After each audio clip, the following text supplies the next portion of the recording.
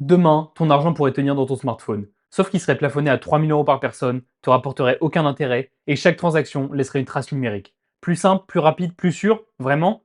Ou la fin du cash et le début d'un contrôle total? C'est la grande promesse ou la grande peur de l'euro numérique que la BCE veut lancer dès 2027. Alors, révolution monétaire ou piège à liberté? Reste jusqu'à la fin, tu vas voir qu'on n'est pas tous d'accord. Avant de juger, il faut comprendre. On va d'abord comprendre comment l'euro numérique fonctionne concrètement. Ensuite, on regardera les avantages que la BCE met en avant, puis on parlera des inquiétudes et on jettera un œil sur les autres monnaies centrales dans le monde et je vous partagerai ma position. C'est quoi l'euro numérique? Imaginez un billet de banque. Maintenant, dématérialisez-le. Plus de papier, plus d'encre infalsifiable, juste un jeton électronique. Un token hébergé dans un grand registre dont seule la Banque Centrale Européenne a accès. Si vous possédez ce token, vous détenez une créance sur la BCE. Exactement comme quand vous avez un billet de 20 € en poche. À la différence près que, cette fois, il vit dans une application mobile ou dans une carte NFC. C'est pas un stablecoin privé adossé à l'euro. C'est pas non plus une crypto-monnaie anonyme à la Bitcoin. C'est de la monnaie officielle, garantie, reconnue et donc obligatoire. Le terme juridique est cours légal. Tout commerçant de la zone euro sera tenu d'accepter l'euro numérique à égalité avec les pièces et les billets. Mais concrètement, vous l'obtenez comment?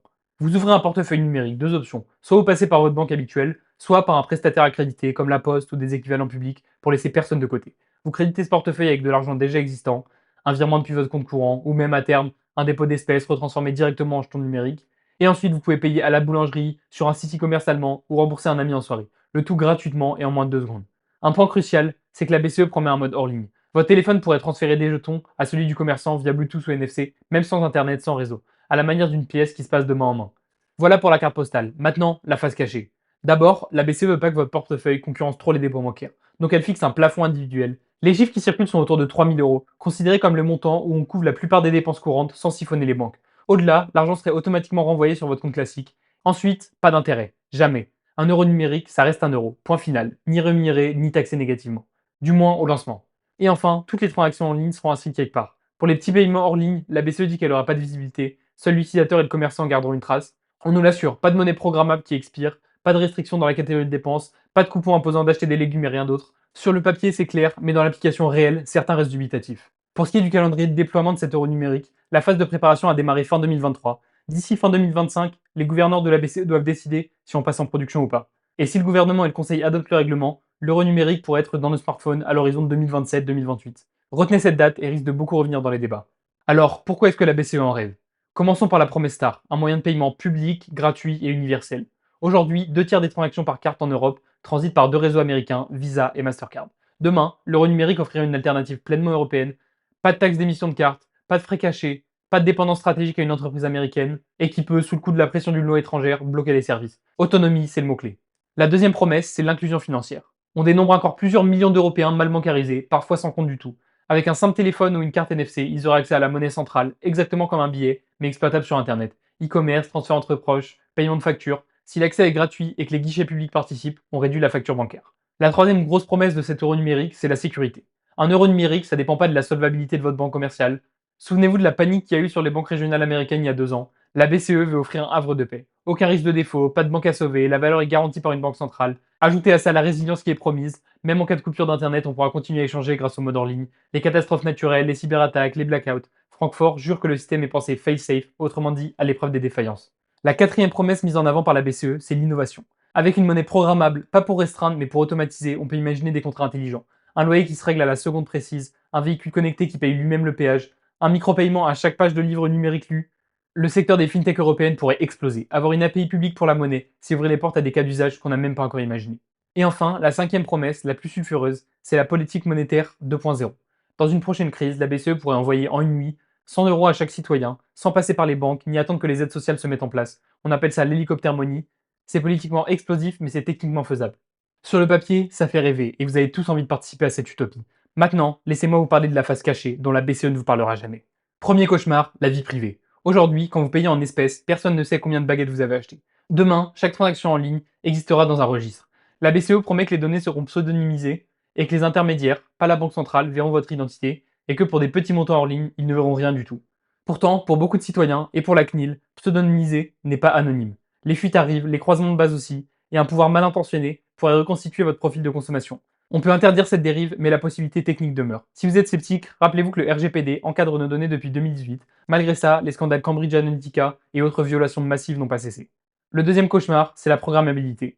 La BCE dit Pas d'argent périssable, pas de catégorie imposée. La Chine, avec son yuan numérique, a pourtant déjà expérimenté ça. Des coupons de 10 yuan à dépenser en 30 jours pour relancer la consommation. Vous voyez l'idée? Si demain, le gouvernement européen veut forcer un comportement, acheter local, financer la transition écologique, limiter l'achat d'alcool, la technologie le permettrait. On n'en est pas là certes, mais l'outil existera. Le troisième gros point d'ordre de cet euro numérique, c'est que les banques sont en risque. Vos dépôts alimentent aujourd'hui le crédit. Votre banque prête cet argent et engrange une marge pour vivre. Si les particuliers transfèrent en masse leur salaire sur les portefeuilles de la BCE parce qu'il est gratuit et sûr, les banques perdent une partie de leur carburant. Dans une situation normale, pas de panique. Dans une crise de confiance, cela peut aggraver une fuite des dépôts et précipiter la chute d'une banque fragile. Pour limiter le phénomène, la BCE prévoit ce fameux plafond de 3 000 euros et le fait que l'euro numérique ne rapporte pas un centime. Mais certains économistes y voient le signe que le lobby bancaire a déjà obtenu des garde-fous. L'euro numérique ne devra jamais être trop compétitif, sinon il deviendra dominant et visera les banques. Quatrième point faible, c'est l'adoption. Les sondages le montrent, près de 60% des Européens déclarent ne pas voir l'intérêt ou ne pas avoir confiance. Si vous dépensez des milliards pour développer une infrastructure et qu'elle n'est adoptée que par 10% de la population, c'est un fiasco.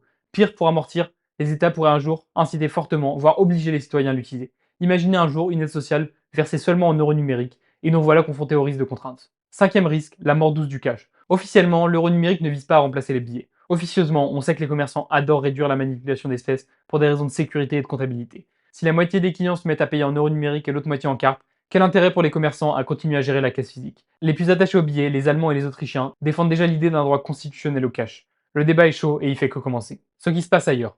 Petit détour international, histoire de relativiser.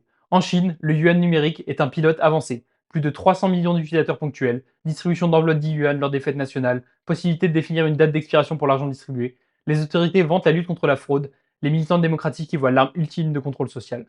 Au Nigeria, l'INAIRA est sorti en fanfare. 3 ans plus tard, moins d'1% de la population l'utilise. Dans les Bahamas, le centre de l'art marche bien parce qu'il permet aux habitants des îles sans banque d'acheter en ligne. Aux États-Unis, la Fed a lancé FedNow, un rail de paiement instantané, mais hésite encore à frapper un dollar numérique grand public. Le Congrès s'inquiète de la vie privée, exactement comme en Europe. Alors, succès, flop, je dirais que tout dépend de la confiance dans les institutions. Et c'est là que l'Union européenne joue gros. L'euro numérique ne sera adopté que si la BCE et les gouvernements convainquent qu'ils ne deviendront jamais Big Brother, ce qu'on a du mal à croire quand on sait à quel point l'Europe aime réguler et contrôler. Avant de finir, ouvrons la parenthèse Bitcoin, parce que la comparaison revient systématiquement dès qu'on parle de monnaie numérique. Bitcoin, c'est l'inverse exact d'un euro numérique. D'un côté, une monnaie décentralisée, sans émetteur unique, au code public, et dont l'offre est verrouillée à 21 millions d'unités. De l'autre, un jeton émis par la banque centrale, potentiellement extensible à l'infini, et logé dans une infrastructure contrôlée par les autorités. Avec Bitcoin, l'équation est simple. Un Bitcoin vaudra toujours un Bitcoin, parce qu'il est impossible d'en créer davantage que ce que prévoit le protocole. En revanche, son pouvoir d'achat en euros ou en baguettes peut grimper ou chuter de 30% en une semaine. La rareté algorithmique n'est pas un parachute contre la volatilité. L'euro numérique, lui, restera un euro. Mais il hérite du même risque d'inflation que la monnaie classique. Si la BCE augmente la masse monétaire, vos jetons perdront mécaniquement du pouvoir d'achat. Exactement comme votre cash. Donc, il faut choisir entre volatilité à court terme ou perte assurée à long terme. Sur la confidentialité, le contraste est paradoxal. La blockchain Bitcoin est publique. Relier une adresse à votre identité et vos paiements sont visibles à vie. L'euro numérique promet, lui, un pseudonymat encadré. Les petites transactions hors ligne devraient rester privées. Les plus grosses resteront consultables par des autorités. Mais la vraie différence entre les deux, c'est qui contrôle vos biens, la BCE ou un algorithme décentralisé. Alors, on en pense quoi? Pour moi, c'est une très mauvaise idée de laisser la possibilité à la BCE de nous surveiller comme ça. Même s'ils promettent de ne pas le faire, on connaît les politiques et leurs promesses. C'est comme les impôts exceptionnels qui finissent par rester, et les analyses de la vidéosurveillance par IA, mis en place pour une durée limitée pour les JO, mais qui sont toujours là. Donc si l'euro numérique est mis en place, c'est qu'une question de temps avant que les dérives commencent à apparaître. Si l'euro numérique voit le jour, il suffira d'une crise terroriste, sanitaire, financière, choisissez votre poisson, pour que le discours change. Nous devons suivre les transactions suspectes, nous devons plafonner certains achats, nous devons prélever directement telle taxe de solidarité. Le cadre légal glisse toujours vers plus de contrôle, jamais moins. Et une fois la boîte ouverte, impossible de revenir en arrière. Techniquement, tout est prêt. Chaque portefeuille sera identifié, chaque paiement horodaté. Il ne restera qu'un décret pour lier l'identifiant à votre nom. Un second pour exiger un rapport automatique dès que vous dépensez plus de 50 euros en liquide numérique. Un troisième pour bloquer votre portefeuille si vous ne réglez pas une amende. Un quatrième pour vous empêcher d'acheter une voiture si vous n'avez pas sorti vos poubelles. C'est pas de la science-fiction, c'est exactement ce qui se passe déjà en Chine avec le yuan numérique. On peut me répondre, oui, il y a un plafond de 3000 euros, oui, il y a un mode hors ligne anonyme, très bien, et qui fixe le plafond? Qui décide que le hors ligne s'arrête à 50 euros, puis 30, puis 10? Toujours les mêmes, guidés par la même logique. Plus de visibilité, plus de contrôle, moins d'angle mort. Alors que faire? Pour ma part, je compte pas utiliser cet euro numérique. Je garderai mes comptes dans plusieurs banques pour éviter l'entonnoir, et je continuerai à tester des alternatives décentralisées, Bitcoin ou autres, parce qu'elles échappent justement au bouton stop d'une autorité centrale. Surtout, je refuserai l'argument, si t'as rien à te reprocher, t'as rien à te cacher. L'histoire montre que même si on n'a rien à cacher aujourd'hui, ça peut devenir illégal demain. Vous l'aurez compris, le risque n'est pas que le système se casse la figure, le risque est qu'il marche trop bien. Plus il sera fluide et universel, plus il sera tentant pour les gouvernements de l'utiliser comme télécommande financière. Et le jour où cette télécommande tombera entre de mauvaises mains, il sera trop tard pour réclamer la prise en compte de nos libertés. Conclusion, l'euro numérique, présenté comme un simple outil de paiement, est en réalité un changement de paradigme. Passer d'une monnaie physique qu'aucune autorité ne peut vous retirer d'un claquement de doigts à un jeton programmable dont chaque ligne de code peut devenir un levier de pouvoir. On peut trouver ça pratique, on peut aussi voir la fin concrète de la sphère privée. Pour ma part, je refuse de confier l'interrupteur de mon portefeuille à une institution qui, un jour ou l'autre, pourrait céder à la tentation du contrôle. C'est précisément pour éviter ce scénario qu'est né Bitcoin. Un réseau décentralisé où un Bitcoin vaut toujours un Bitcoin, où aucune banque centrale ne peut geler votre solde ni diluer votre épargne en imprimant plus de jetons. Bien sûr, le Bitcoin reste volatile. Il remplacera sans doute pas l'euro pour vos dépenses quotidiennes. Mais il rappelle qu'une monnaie peut exister sans bouton stop, aux mains d'un régulateur, et que la liberté financière mérite un plan B. Si comme moi vous tenez à cette liberté, faites-le savoir, parlez-en autour de vous, exigez que le maintien des espèces et l'anonymat des petits paiements soient protégés par la loi, pas par une promesse. Diversifiez vos moyens de paiement, conservez un peu de cash, gardez plusieurs banques, explorez le Bitcoin ou toute autre alternative vraiment souveraine. Ainsi, le jour où la tentation d'appuyer sur l'interrupteur sera trop grande, vous n'aurez pas les deux mains liées. Informez-vous, partagez cette vidéo, abonnez-vous si vous voulez d'autres décryptages sans filtre. La monnaie est un bien commun, à nous de décider si elle restera un outil de la liberté ou si elle deviendrait une laisse numérique. J'espère que ça vous a plu et on se retrouve la semaine prochaine. Et si tu veux savoir pourquoi le système de retraite français est une pyramide de Ponzi, je te laisse cliquer sur cette vidéo. Sinon, abonne-toi.